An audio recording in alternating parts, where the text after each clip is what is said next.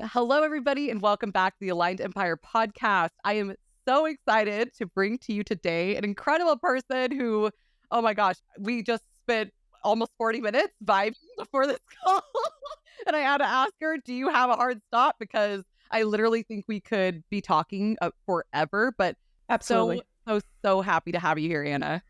Oh my goodness, this is my honor. Thank you so much for having me. And honestly, I'm so excited for this conversation. It's gonna be fire, and yeah, it's gonna be so good. Oh, totally. Absolutely. And I would love, like, your bio is so incredible, all the different companies that you've worked for and the incredible just the energy that you've had in your entrepreneurial experience already and then the burnout. Like I would love to know your story from you beyond the bio. Where did you start? How did you get to where you are right now? Yeah, no, absolutely. Thank you for that. I've always loved being around people and being in community, and on top of that always loved creating experiences. Like I was the one in the family that planned our vacations with my dad.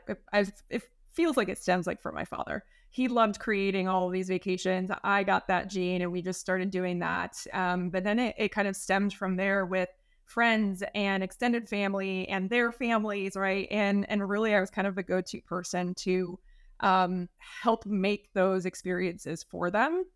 And as I stepped into, the world of college of like, what are we supposed to do in life? And I really was stuck, in all honesty. I had no clue from like, which school to go to or what specific major. I mean, there's thousands and thousands of them. So I really kind of sat down and I was like, what do I love to do? And I was an athlete at the time. I was a swimmer.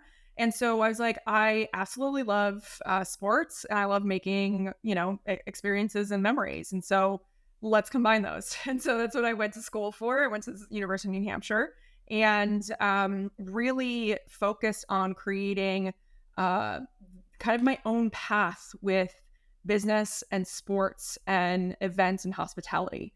And that is really where this, my whole entire experience started. And thankfully, I was so lucky to get an amazing international opportunity to work in Poland, which is my homeland for our family. And I got to work the Euro Cup out there.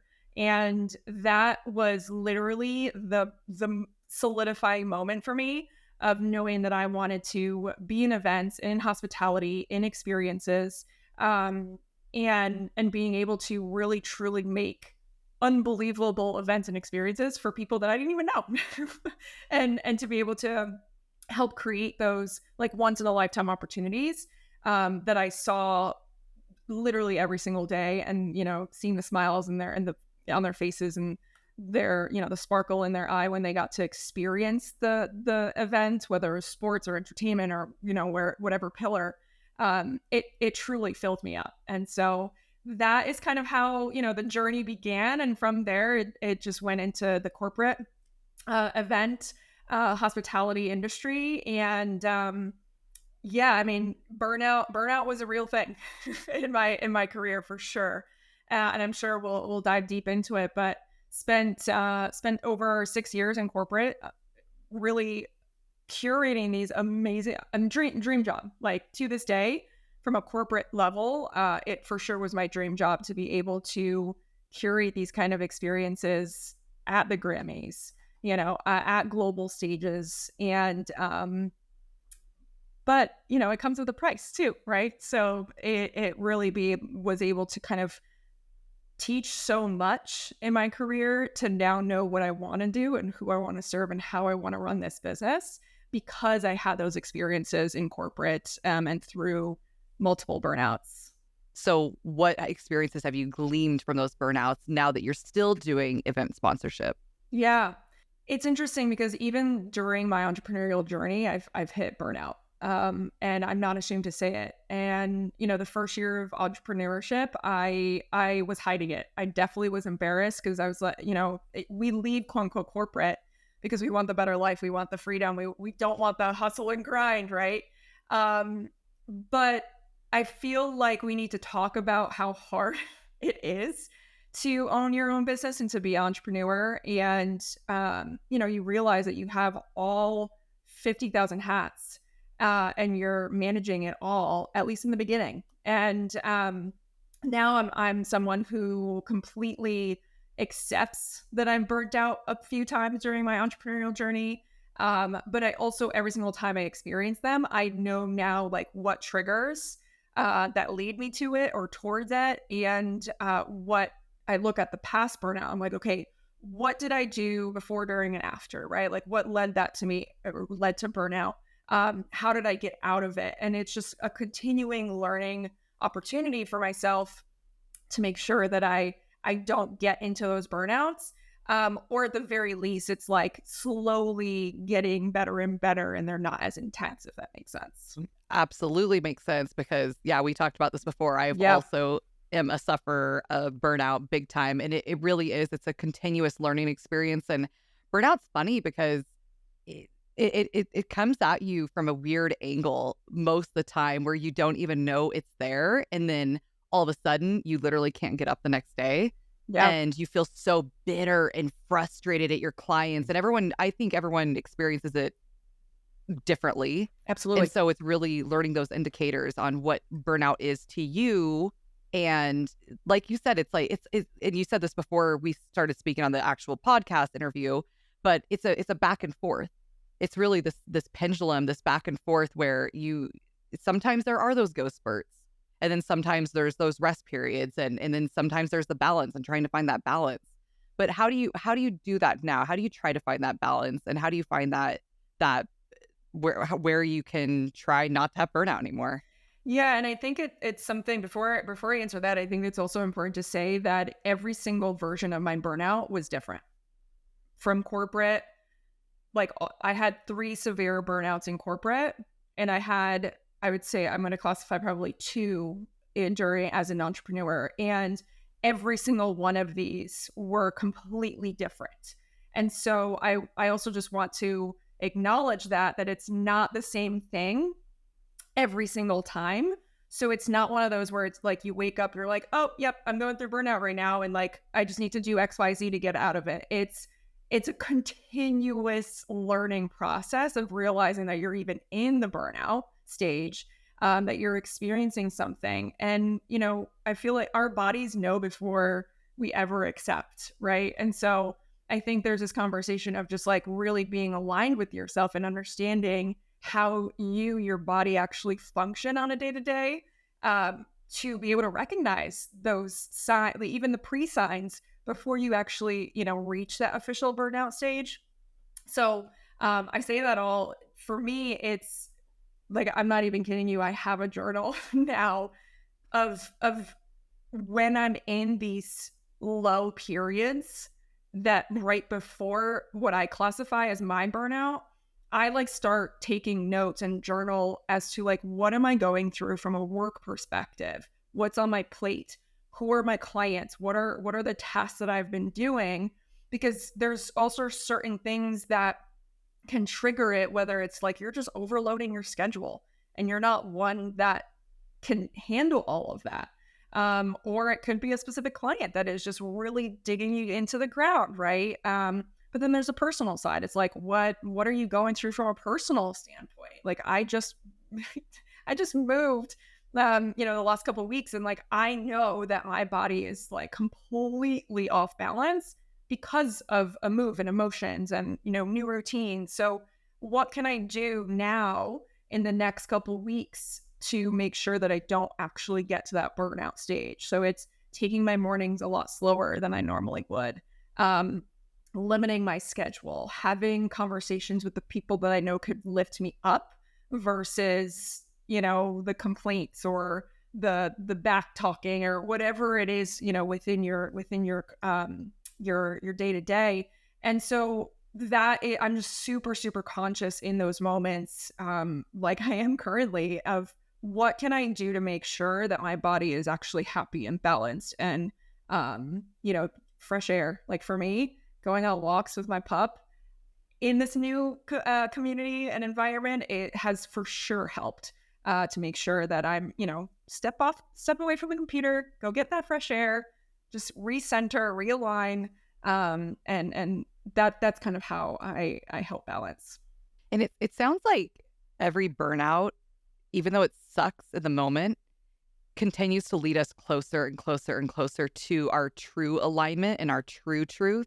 And that's kind of, yeah, it just really feels like what you just said, that's 100% the case. And it just seems like, yeah, like the journaling and the insights that you've gained from just knowing something deeper about yourself. Absolutely. And I'll tell you, like if I'm comparing corporate and entrepreneurial, like the entrepreneurship journeys, and I feel like we talked about this on the last time we chatted, it's the really setting in and understanding who you are and spirituality and alignment and listening to your body is not a conversation that's had in the corporate world, right? Or it's like you're so woo woo, right? Like that it's so obscure to have that conversation or that mentality. And so when you switch in, or for me personally, when I switched into this entrepreneurship journey and like surrounding myself around women that were so aligned and so they just knew the second their body was not in alignment, like they could just completely recenter.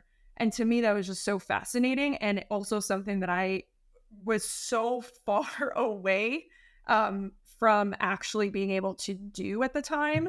And so for me, the first couple of years, I made sure that I was with the right mentor, with the right women and the circles that I wanted to be in to learn how to really listen to your body. And each version of this burnout, it just taught me something new and allowed me to just get deeper into who Anna is and how Anna works and what Anna needs at the specific time that I'm in. So yeah, absolutely. You're totally right about that transition from going from corporate to entrepreneurship. I know exactly what you're talking about. It's such a masculine driven, at least where I was in the corporate world, marketing, sales, like so masculine. And I mean, not in your body at all. I didn't even know what that meant. I didn't even know. I didn't. What are you talking about in your body? Like, of course I'm in my body, but it's just such an interesting transition. And then since you're already in that masculine energy, for me, I was attracted to more masculine at first, more masculine driven people until I had to hit exactly what happened in fucking corporate culture, another burnout. And so I really had to like, it's just, and you're right. It's like every burnout is going to teach you something so much deeper about yourself. And then I knew, I was like, oh, it happened in corporate. Now it's happened in entrepreneurship. I guess Like the driving piece between the two. yes, Yeah. yes, Yeah. exactly. What is the connection? What's happening? And yeah, you start to realize it.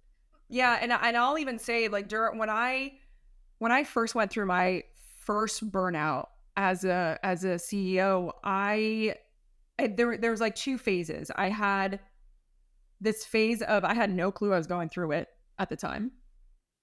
But I would say because I didn't want to believe that I was going through it when I was out of corporate.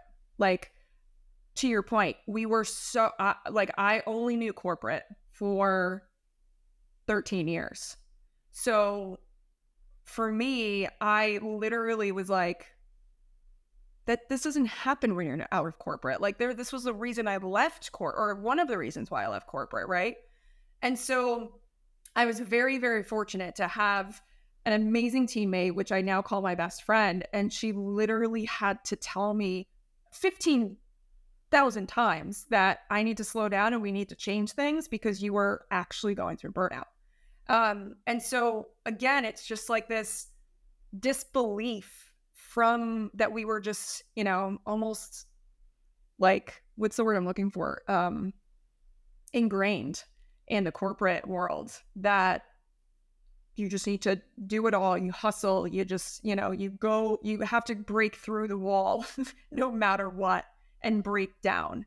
And, and I'm so glad that I did take the leap into, out of corporate because it just the allowance of learning about yourself, about our bodies, about our minds, about just the world, right? It just all comes together, and I'm kind of like, wow, I look back and things could have been so different with my health. I mean, put two of my burnouts were health related to the point where I had to go to the hospital. And I absolutely could have omitted that, right? If I knew what I knew now back then, I was also so, right? Like it's one of those things where you start corporate so young and they don't teach you health and balance and, not working to the ground. And for me, I also was on the global team. So we had meetings at 8 a.m. and meetings at 9 p.m., right? Because we're all the time differences. So yeah, I think there's just so much from a corporate side that is just not taught, and not from just a mental health perspective, that we as entrepreneurs really have access to if you surround yourself with the right people. Absolutely. And so much of it is emotional regulation and meditation. And obviously, like you said, surrounding yourself with the right people and maybe going through burnout few more times if you have to really realign yourself. And it sounds like, just from reading your bio and knowing who you are, having deeper conversations with you that I have already, it sounds like all of this has totally aligned with what you're doing now with event sponsorships and planning events and making these beautiful, because I could imagine it looks a lot different what you're doing right now than what you were doing with what is it, like the Grammys or the sports, like global Fortune 500 clients, like those massive companies, and then also working on the international team, and then again like what you're doing right now. But explain to me but like let's go a little bit of a different direction in terms of event sponsorships and how that's aligned with like who you are now and what you've already learned about corporate and burnout and all that good stuff.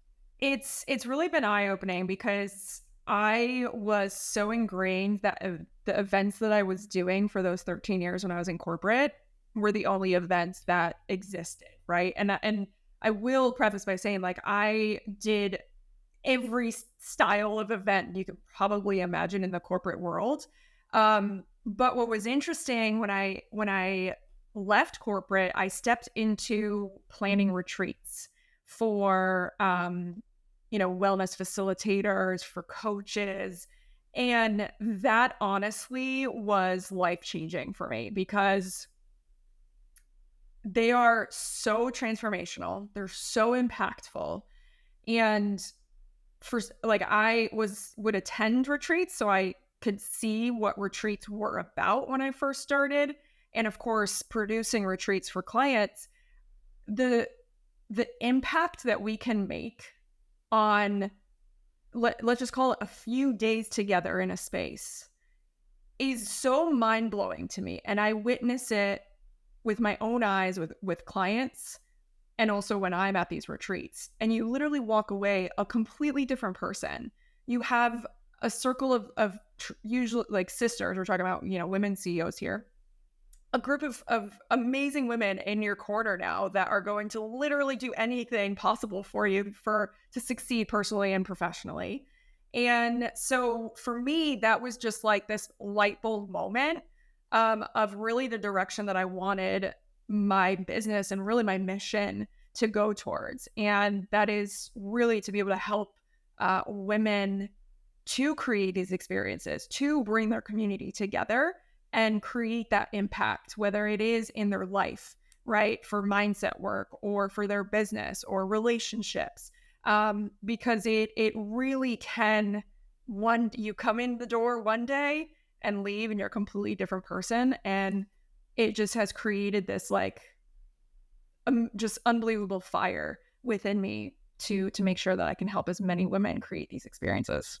Amazing. And when someone, let's just say I'm a coach right now or entrepreneur, and I come to you, I'm like, Anna, I want to create an experience. Where do I start? What type of questions would you ask me? What the heck do I do? Yeah. The first thing I always want to know is why. Like, what is it about the event or the experience, and why now, right? And not necessarily like that day, right? But like, why events in your business now? And once we really get into the nitty gritty, because there's kind of that surface level of like, oh, I just want to bring women together. Yes, absolutely. But it's like, why do you want to, it's almost like that practice of like, you always continue to ask yourself why, right? To get down to the bottom core of why you want to do it. And so that's a big kind of like almost like the first phase. And we really don't go anywhere further from a planning perspective. It's just really understanding that true intent of what is this experience supposed to do for your community, and what is the end result. So what is that ROI for your community, for them to invest their time, their money, their emotion, right? And all the work that they're going to put in. What is going to be the end results coming out of that experience? Because that is what we then plan around. Okay. Amazing. And then event sponsorship, how does that come into play? Yeah, I love this. I've been in event sponsorship ever since I was in corporate, and I didn't realize how much of an impact it can make when talking with these CEOs. And the more I had conversations around budget and price and investment and terrified looks of what these budgets could look like to produce these events, I started realizing there's a way for me to bring that corporate sponsorship knowledge into the conversation and help alleviate some of that burden in the financial, column of our planning process. So with sponsorships, what's amazing is there are brands and companies that are literally looking and waiting for events to be a part of, as long as it's aligned. And that's my biggest thing. Again, that intent not only serves you and your clients for marketing for their purposes, but it's also understanding the intent, so that way you have the right sponsors that want to be a part of that intent and that mission, because it answers some of their needs and wants from a business goal, or their mission, or initiatives that they want to be a part of.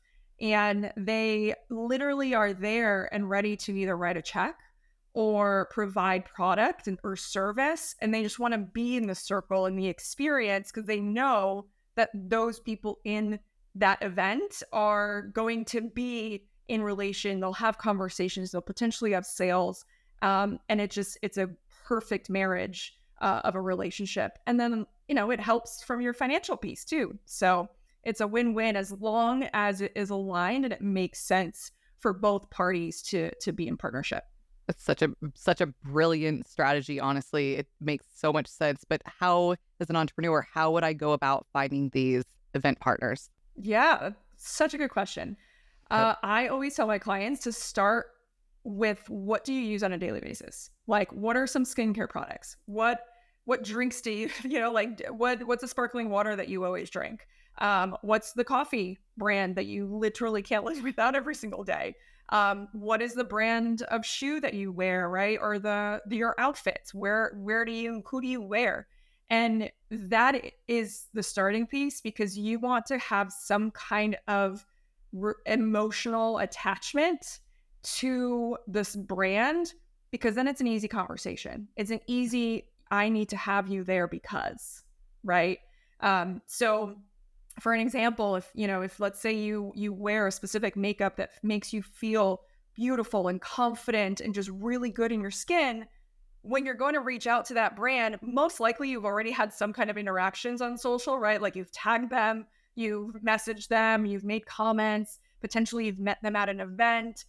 There's already a relationship there. So it's not coming out of the blue, and it's not coming out of saying like, oh, I just want your products. It's truly, there's a relationship, and you value the brand, their mission, their product.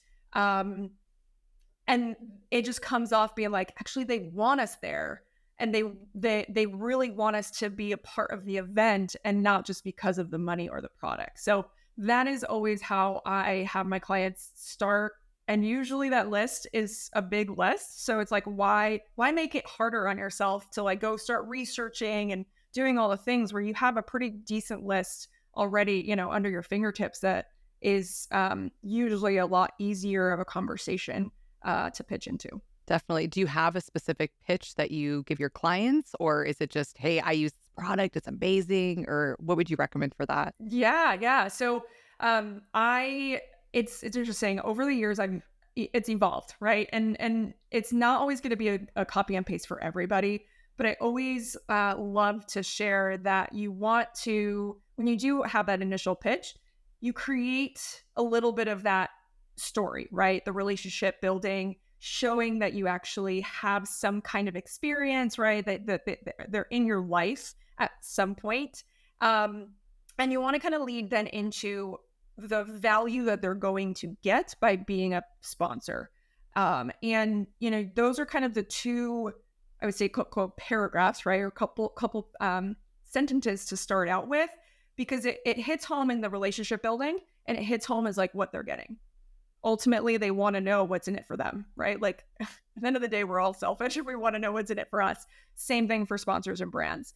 And they want to make sure that it truly is answering a lot of their questions and needs from any of their goals and missions and initiatives. So those are the two focuses that I always start out with, and then of course leading into that.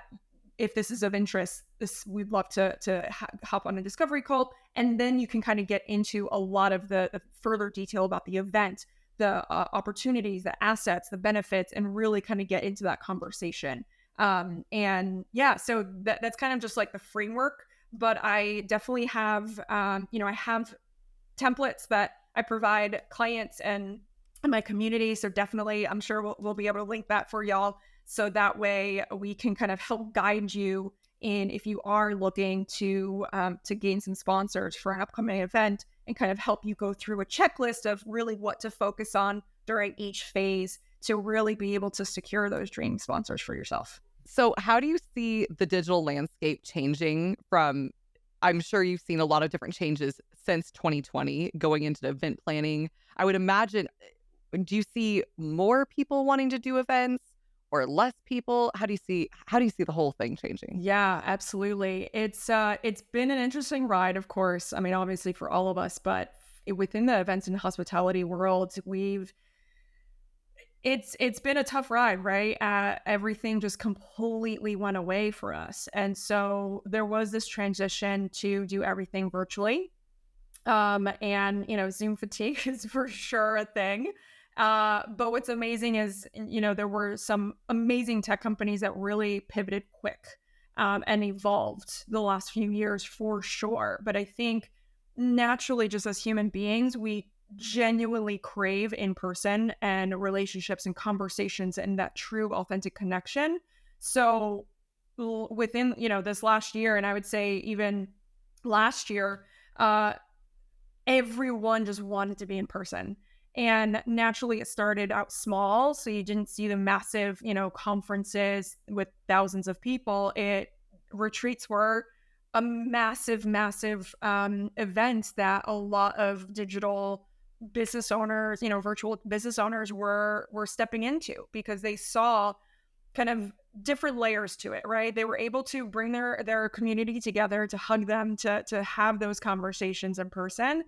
There was a level of the business piece that I feel like business owners didn't realize, obviously outside of corporate, but entrepreneurs, I don't think realize how impactful on your business a retreat or an event can really be. And if done strategically within your business, kind of from a long-term perspective, it really can be lucrative. And again, from a business perspective, right? And naturally, I always preface by saying it's not always about the money.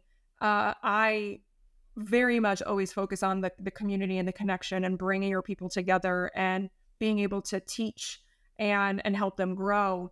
But also, we're business owners. So at the end of the day, we also want to make sure that we can keep the lights on too. And so there is this amazing, balance between those two that retreats and events now, as it's kind of like opened up for a lot of people, they're realizing. And so, yeah, I mean, especially now and going into 24 and 25, it's where and how can I host an event? And it's from, small retreats to conferences and multi-city tours, and it really is, people are ready to get back and are realizing that it's like we're ready. It's time to do it.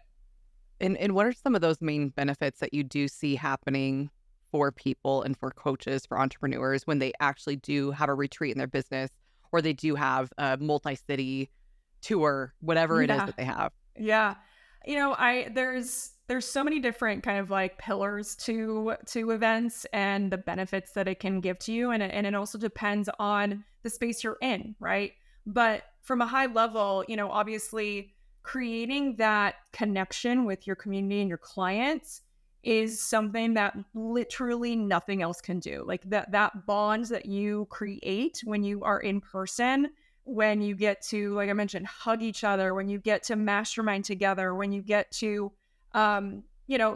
laugh and have quirky moments, and you really get to know each other outside of just the digital screen, there, you end up creating this bond and like almost an everlasting client and community relationship, right? So if if you obviously are an amazing person and you're serving and you are loving, they're not going to want to leave. They're always going to want to be in your sphere.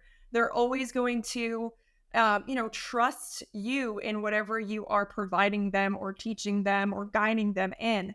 So, being able to create that trust factor within your clients and your community is massive, for one. Obviously, from a financial piece, there's also being able to not only gain revenue and income from the events that you're hosting, but you can also strategically add other opportunities to extend your clients' experience with you, right? So there's masterminds that they can step into, there's courses that they can level up into.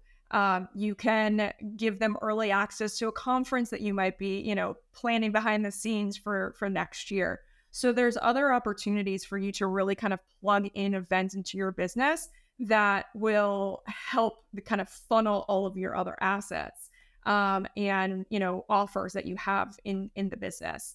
And then the third part is also just kind of this authority and thought leader in your industry. So by hosting an event or a retreat, and I say retreats, I tend to focus retreats around like 10 people on average because you want it to be super intimate.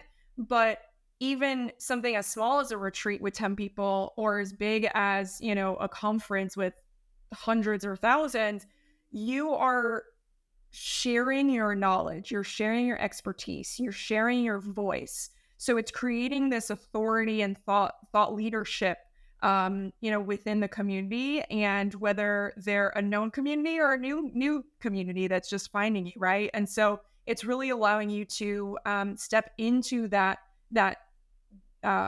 role, and really to be able to have people hear that voice and what's going on, and how you can help impact them.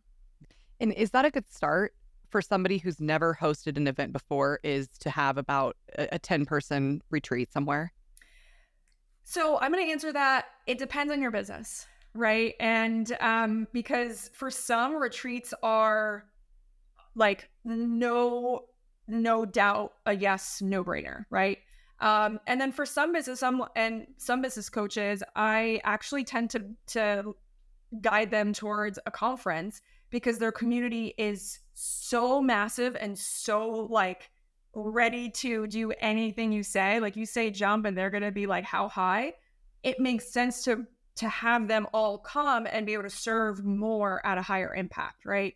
So it's a answer that I can't really give as a definite, but I would say understand your audience, understand your community. That's always the first kind of question that I ask or task my clients when they first come to me is, what does your audience want? Like, what are they telling you that they need? What are some of their problems that they're facing that you need to help with? And then we can then figure out, is a retreat the right way to help that problem or help guide them to whatever result? Or is a conference for mass impact, more aligned with what your community needs. So it's understanding really what are those wants and needs from your community versus what you want, which is a massive, massive thing that I see often. Absolutely. And what are some of the signs that someone is ready to have an event or retreat or something in their business, some type of event to bring their Yeah, clients closer? that's a great question. I've never actually been asked that question. So I would say understand, like going back to understanding your community, right? If they're raving and they're literally yelling at you saying like, I need to be in person with you, like I need you to coach me in person, that's when you know you're ready. And again, understanding, is it just your one-on-one clients, or is it your one-on-one clients, your course clients, and your community that just follows you on social, right? Because every single version of your client and community has a specific need and want. So if they're all telling you that they're ready and they all want to be in person and they all want to hear from you and those that are in your network, then absolutely that's the time to start bringing them together. If you have more of like, it just maybe most of your one-on-one clients or your VIP clients, then that might be more of an intimate experience, and it's a retreat or a workshop that has just a little bit smaller of an impact, but obviously super, super intentional. Amazing. And what are some of the biggest, because I would imagine you come up against this a lot, but what are some of the biggest mistakes that people are making when they're first starting to host their first event? Where do I start? Yeah, I imagined that was going to be the answer. So I'll give two just most common that I usually see. The first is so budget and intent. Literally, I preach these two categories or pillars, if you call it, because these are the most common mistakes that I do see. And intent is in the sense that, again, it's just like, I just want to bring my team or my community together. I just want to bring my clients together. Like, I just miss them. Great. Absolutely. Love it. And believe me, me too. Like we were just talking, like Dre and I are going to have our own event and it's just great, the two of us. Yes, can't wait. But at the end of the day, when it comes to like adding it to your business, why are you hosting it? Right? Like there needs to be a reason for your clients to have it be a hell yes, right? Outside of just coming together, outside of just, I want a dinner with you. So really sitting in and that kind of, it goes back to understanding your clients, understanding what they need, and then being able to structure what is the result of that event that you're going to curate that then helps them in what they need.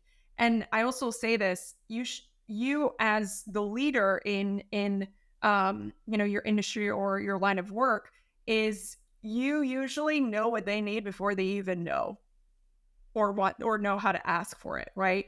So really step into understanding and really dive into who is that audience, what are they telling you, but what are they not telling you? So that's kind of that intention column. And then there's that budget piece. And I always see, I question sometimes like ticket prices, and because I can see an event and I know how much approximately it can cost, just kind of, high level and being in this industry for so many years. And then I ask, why or how did you come up with this price? And literally it's like, I don't know. I just thought it felt good. Right. Which I totally understand when it, alignment and energetics and, a number feels good. But you also have to, most of the time, there is no actual budget that was put together with at least high level estimates to even know if that price, that ticket price is going to actually lead to profit. So for me, I always, I preach this to my community on, social and to every single one of my clients, is we need to flush out a whole entire budget. What is the vision? We'll have create line items for every single piece of that vision. We'll have estimates of what each area can cost. Then you have what your expenses are for this desired event, right?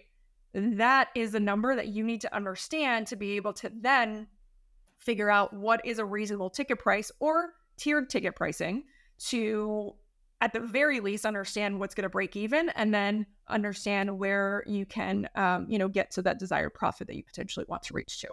And then based on your budget and based on all of that, that's when you would potentially bring in an event sponsor, or do you always recommend trying to bring in some type of sponsorship for your event? Yeah, I mean, you always want to start with a budget and understanding, without sponsors, without any kind of monetary donation or product donation, what is your all-in cost for your event? Because that is your worst case scenario, right? Let's say if for some reason you get no one that wants to help financially or product based, that that through your ticket prices, you will still be able to cover everything. Now, using that expense number, and then you receive sponsors, now you're stepping into your profit margin, and you just continue to grow that for yourself. Okay. Okay. And then once you find someone who you really align with, some sponsor, what are some of the ways that you can incentivize this sponsor to start working, or to help you with your budget? To partner with you. Yeah, absolutely. So I always say, you want to make it unique to them, and them as in the brand, or the sponsor. And so it's very dependent on what their needs and wants are, right? And what those goals are. But I would say, kind of from a high level, and normally what you see is from a PR standpoint, right? So it's going to be social media exposure, sending out email blasts to the community, being able to potentially have them come on and do a live with you, right? So it's kind of those generic PR opportunities. There are opportunities for you to invite them, for them to be a guest, or a speaker, sorry. So it's inviting them to be a thought leader, right? And to share their voice about their brand and their product in front of your audience, which, as we all know, can go so far, and is very, very high of an interest, right? Opportunity. There's also, if you're doing a large event, offer them for them to have a table and to sell their products potentially. So that way from a monetary standpoint, they're getting sales by also getting some exposure within your community. So again, I mean, this list is endless of opportunities of what you can really build out. But I always make sure to let my community know that you have to make sure that you customize it to each sponsor, or at the very least, when you're building out opportunities that you're pitching, does it actually align? Like, it is a table to sell their product something that they actually care about? Like, is a goal for them to reach a specific sales goal? Or is it more that they want to be in front of an audience to let them know that there is a new initiative that they have, that they're working towards, and to be able to have people understand and kind of be behind them on it? So it's really understanding. And again, just goes back to that relationship piece, where create the relationship, know what they need and want, then curate the opportunity and benefits that helps achieve those needs and wants. And how do you, like, as far as the money part goes, how do you ask them, and how do you figure out what it's even worth to them? Good question. I would say it's very, very dependent on what you're providing, right? And the experience that's being held to. Really breaking down every single piece, exposure, conversation, like people that they're going to be in interaction with. What is that value that they're going to receive from just that conversation or being in front of that audience, right? And you can pile it up into that, that kind of a structure. But on the other side, they'll also let you know. Like, there are some brands that are like, hey, listen, I had $5,000 that I'm ready to write a check for.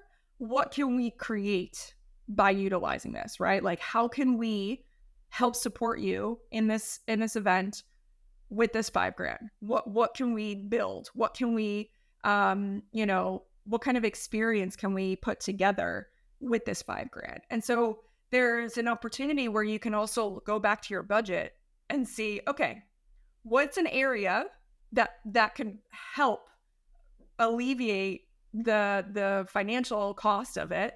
Can they be a sponsor that helps with, let's say, the decor, stage and decor?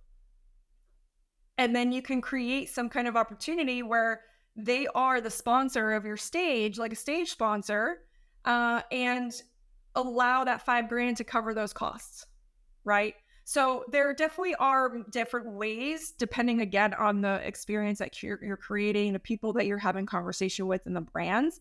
But that's just a simple example that potentially, that money can also purchase something that is already, of value for that from your built out budget. Amazing. Okay.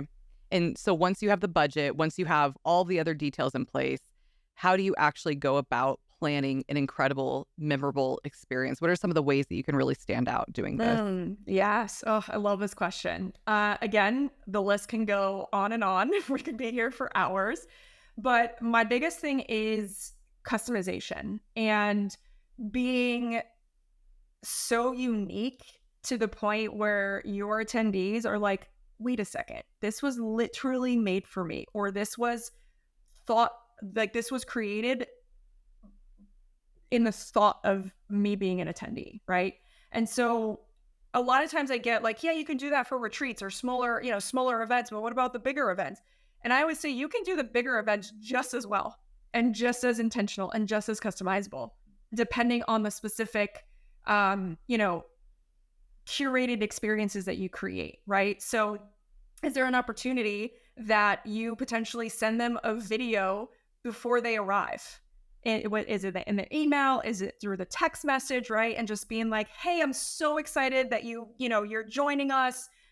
We can't wait to squeeze you, to hug you, to have you experience this, right? Like just a video alone can really make a difference. And for an attendee, before they even stepped into the room, you're like, whoa, like I've already had this experience, right? And the way I always want to lead my clients and understanding is you want to be able to really touch all 5 senses and throughout the experience. It doesn't have to be all at once, but when you're planning it, understand how can you make sure that they're seeing something beautiful, that they smell something that is going to, when they leave, it'll remind them if they smell it again, right? Obviously, touch. Food is an important one because it kind of covers a lot of these senses, right?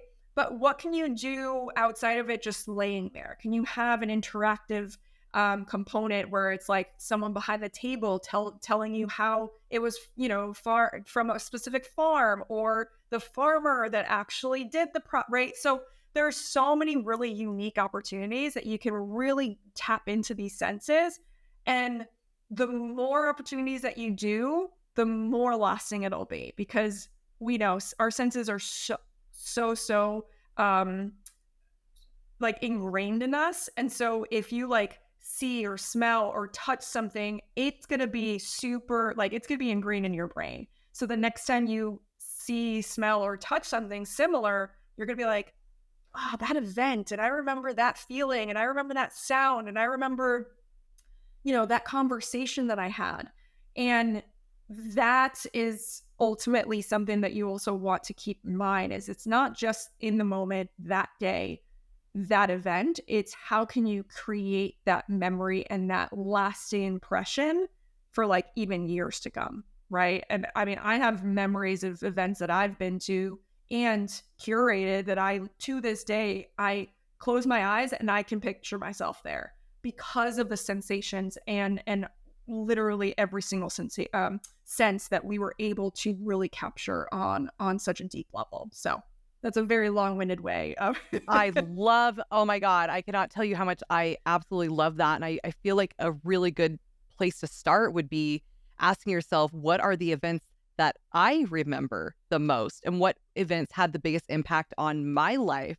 I still remember one of my favorite events was at the Disneyland Hotel. It was Thanksgiving. It was a big buffet there. And I still talk about those massive chocolate fountains That was the coolest thing ever. It was just and like everything was so gorgeous, just beautiful. And so just really encapsulating that, I could imagine your event is so cool. And it's so cool because also it's using my love language of being thoughtful and really just going deep. It's like, how deep can you go into this event, and how can you it really is, it's like those tiny little micro experiences for people that most people don't really think about, because that's what's really unique. Everyone thinks about the stage, everyone thinks about the invitation, everyone thinks about those type of things, but it's like, what are the other things that people don't quite think about, that are just the micro moments that are people are like, whoa, like, wow, that was customized, or And that they was feel special. that. Yes. Yeah, Yeah. you just hit the nail on the head. It really is. It's about making people feel so special. Right. Right. And, I'll even add, to make them feel special and to make them feel that you're seen. Ah, Right. I yes. think when we go to events, I'll speak from personal experience, but also from kind of what I see, is we go with multiple intentions. And it depends on each event, right? But we go to meet new people. We go to learn and grow from a personal and or business standpoint. We go to learn industry knowledge, right? For me, I go to events because I want to know what other people are doing, right? And what are trends, and who sponsors what, and being able to kind of see from that angle. There's also of just literally creating relationships that long term will bring in some kind of something, whether it's business, whether it's a relationship, whether, who knows, they'll maybe be part of the rest of your life. I've met my best friend through an event, right? So it's the intent, and this is why I literally preach the word intention, because it is the core pillar in almost every single phase of an event. Understanding why you're creating it, understanding why your audience needs it, understanding why your sponsors need to be a part of it, right? And so there's also, just to quickly share an idea to make people feel special and being super unique. And this is secret sauce. So if you're listening to this, take it, because you're going to be very, very, like, it's not something that I see often. And you for sure will get yourself seen and away from just kind of the bland everyday things that a lot of events, event hosts do. Hotel room jobs. Like, in corporate, that is literally, you don't do any kind of hospitality event without them. But I've noticed from an entrepreneurial event standpoint, you don't see many of them. Now, there is an investment, there money and time, but the intent of getting into a room, right? Like, let's say you have a room block or a curated dinner. So potentially, you know where certain attendees are staying. You can work with the hotel and be like, hey, these are the names of my attendees that are staying. Here's a little gift bag or a handwritten note. Again, depending on your audience size, I totally understand. You can't do 1,000 different notes. But again, it's just that personal touch that when they are not expecting to walk into their hotel room and find a really, really adorable gift, whether it's a one thing or a bag or whatever it is, right? I tell you, like, if you do it, you are going to have clients and community that are going to be begging for more, because it's not something that they would ever expect. And again, it's that feel good moment where it's like, wow, she cares. She really cares outside of just the price tag of the ticket, right? Or that I just flew out here. So just a little tidbit potentially, if you can take it away. Absolutely. And as far as intention goes, it's not just even events. It's like carrying that throughout your entire business. And just, I could imagine when you're doing events, or even in the very beginning, when you're even thinking of your why, holding that energetic intention in that frequency, and then allowing it to carry through every single thing you do, every single thing you write, and even in attracting the people, and then obviously throughout your entire event. And I love this, like, almost thinking about, you were talking about your why and what you want the end goal to be for people, and what does that feel like and allow yourself to really feel into that energy. And again, hold that energy all the way through. I can just imagine that being the most incredible, impactful event. And with all the little tidbits that you just shared, with making it just so memorable for people and so unique and so thoughtful. So thoughtful. It's like, so powerful. And I'll quickly add, right? Like that intent is the core that strings everything together. And it ultimately will make it 10 times easier to plan it because you end up going back to that one intent or multiple intent, right? But that is the answer to a lot of questions in the planning process. So if you ever get stuck in a phase of planning it out, you just go back to that intention and understand, okay, got it. This is why I'm doing this. So this is the direction that I need to go in this, or this is the decision or the vendor that I need to bring on to make sure that we are focusing on this intention. 100%. It bleeds through everything. Everything. I love that. And okay, so once you have your event, you have everything, you have your intent, you have your why, you have your budget, you have all this.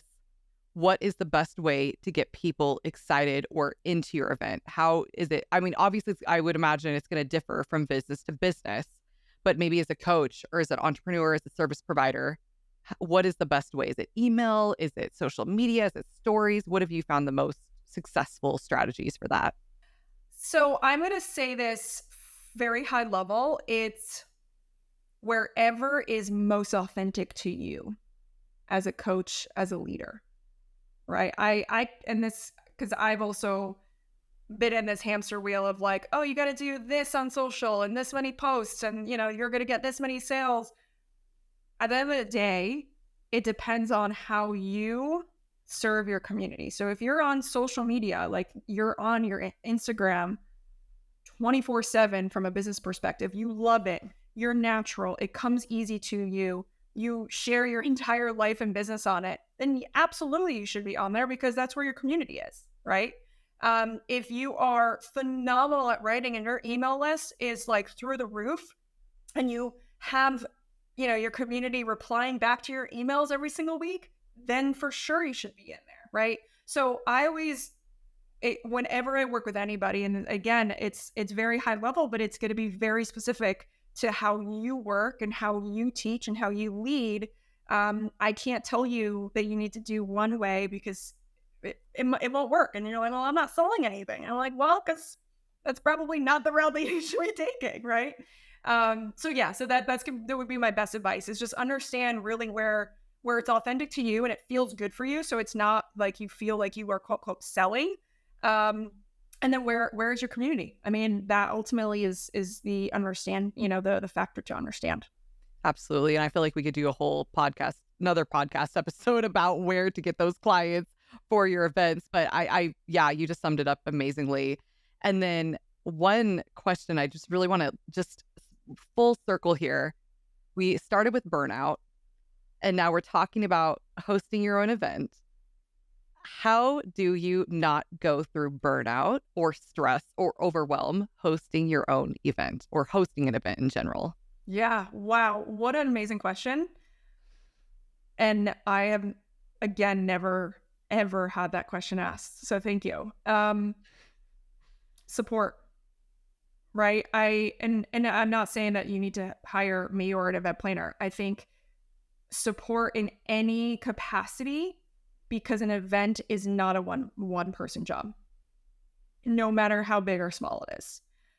Events are so robust. There is so much of the pre-planning, the planning, the on-site, and even post that it is inhumane to do it all by yourself. And believe me, I have tried and it has led me to burnout. So literally listen because I have experienced it. And, support in the sense like, do you have a VA? Do you have someone on your team that maybe it's not their specific role, but can you give them some tasks that can help alleviate some of the research or communication with certain vendors? Can they be the one that is reaching out to, brands for sponsorship? Are they the ones that are helping create, a welcome email or welcome email sequence, right? So it's who is within your Community. Even if you don't have a team, is there a friend? Is there a family member that can help support you?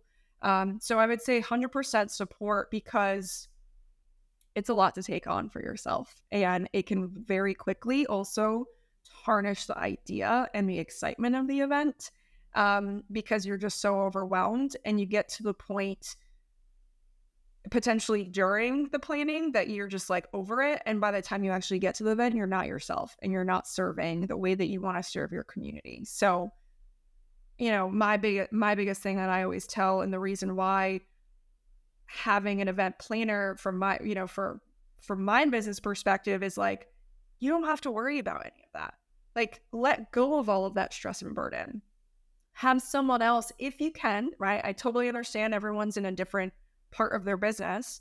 But if you are in a place where you can bring on another team member, such as an event planner, I couldn't recommend it more, because it's just that much work that is going to be off your plate, and allow you to focus on how you're going to serve, what kind of program are you going to provide, how are you going to provide that, right?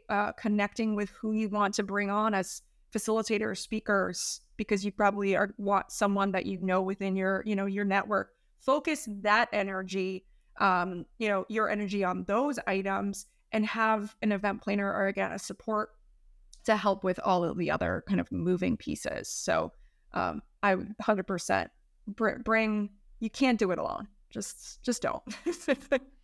That's such good advice too, because I would say 99.9% of my audience are visionaries, big visionaries, and visionaries massively need support, because we're big thinkers. We like to do the big things, and we need to serve from a place of overflow.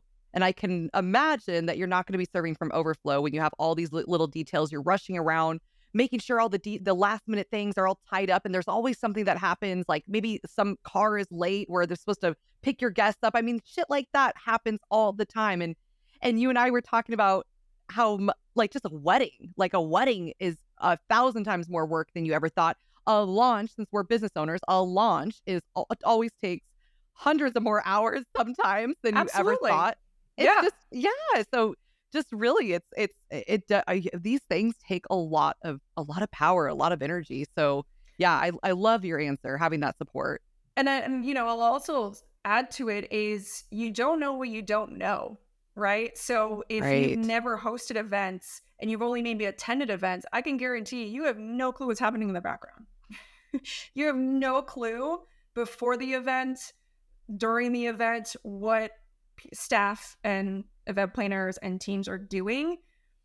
And that literally is like the golden piece to making the event go smoothly. And again, it can be from a retreat size to a conference size. Like a lot of my clients are retreat clients, and the fact that they can be fully immersed in the programming, and I'm setting up the next thing that they are transitioning to, they lift their head, they go to the next room, it's ready, it's set up, there's no pause, there's a crazy smooth transition. And then when they're done, that other room is cleaned up, it's sparkly clean, it's ready with food and snacks and teas and whatever you need. My clients literally get to breathe and flow with their clients, and there's no stress, and there's no like, oh, do we have this? Like, oh, we got to call and make sure the food's whatever it is. None of that is a worry. And as a business owner, and again, making sure that you're putting your energy in the right place, like those are in areas that you need to be putting your energy towards. You need to be serving the community and the attendees and your clients.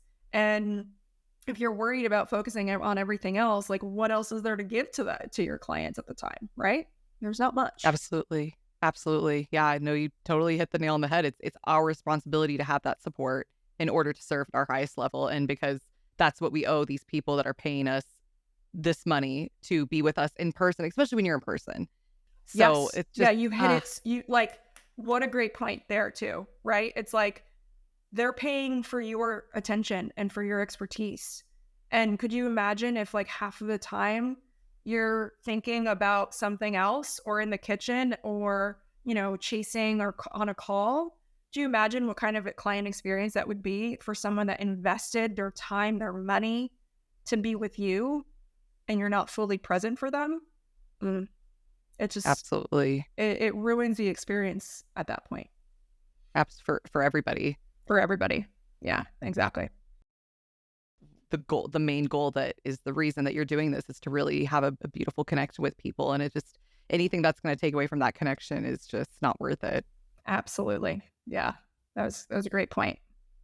So, Anna, is there anything that we didn't cover that you think would be important for my audience to know or to think about from this conversation?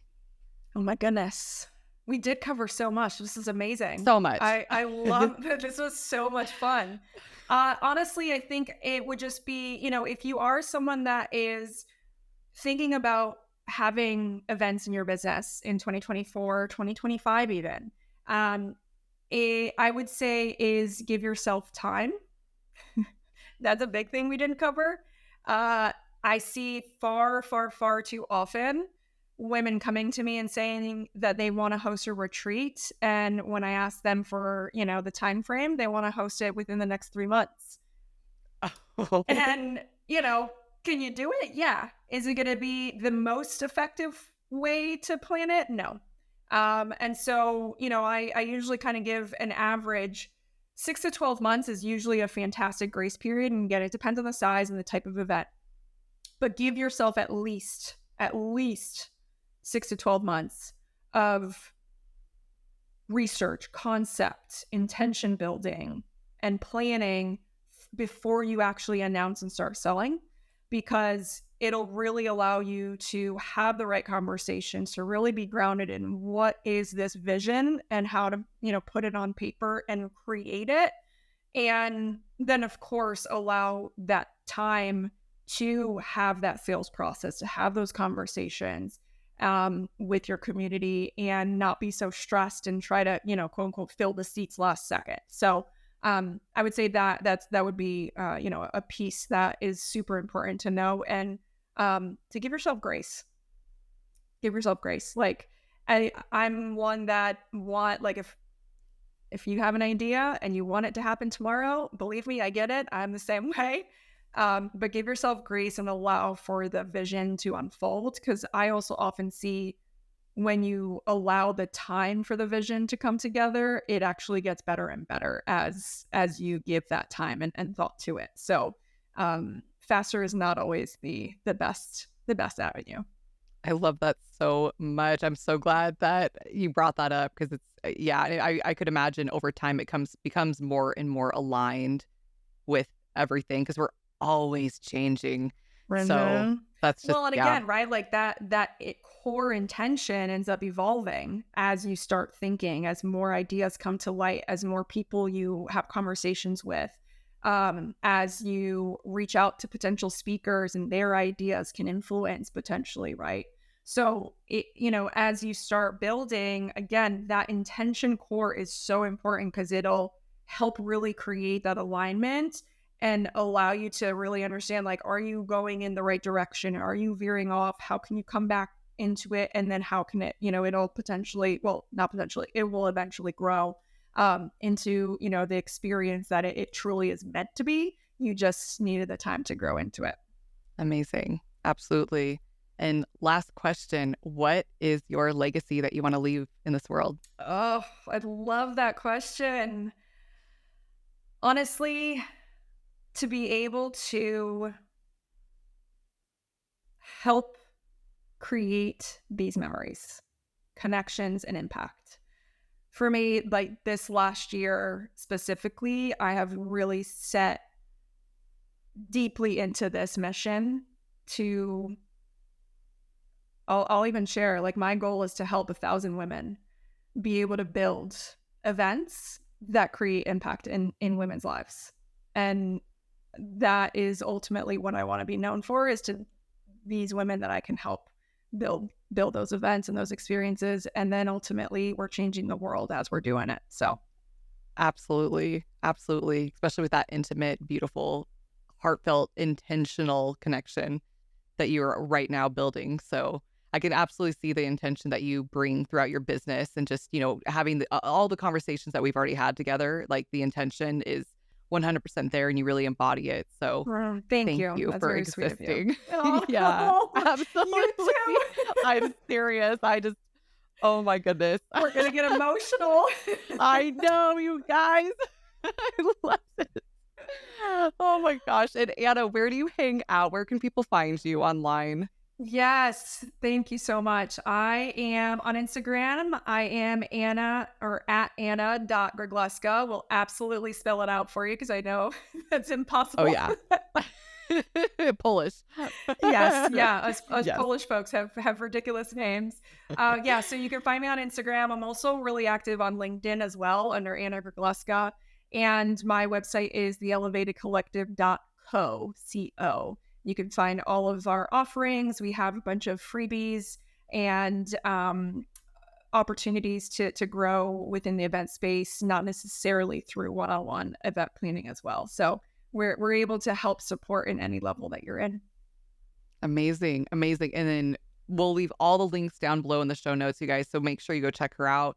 Go message her. Go get to hop on her Instagram. Go hop on her LinkedIn if you're on LinkedIn. And what is you said you have some resources. So if you want to explain those a little bit. Yes, absolutely. So we have 2 resources that we created to be able to help you, one from a planning perspective and one from a sponsorship perspective. The planning, we created a checklist for you to really understand all the different phases and areas to focus on during your planning process. And then we also curated a sponsorship pitch checklist that allows you to really go through the different steps to build out your understanding of which brands you want to reach out to, how do you reach out to them, and then how to curate those pitches. So we'll have both of those for you so that way we can support you if either of those are in your needs coming up. Those are incredibly generous. I feel like most people are charging a lot of money for those resources. I legitimately am going to go check out those resources myself because it is definitely on my mind in the next 1 to 2 years for my own event. So I guess we'll be talking, Anna. Absolutely. Yeah. We'll create so much magic. So good. Oh my gosh. Literally, I couldn't imagine a better person helping me with this. So you're so sweet. I'd be honored. Thank you so much, Anna. It was such a pleasure. Oh my gosh. I'm so excited to show this whole episode to my audience. So thank you so much. Absolutely. This was so much fun. Thank you so much for having me.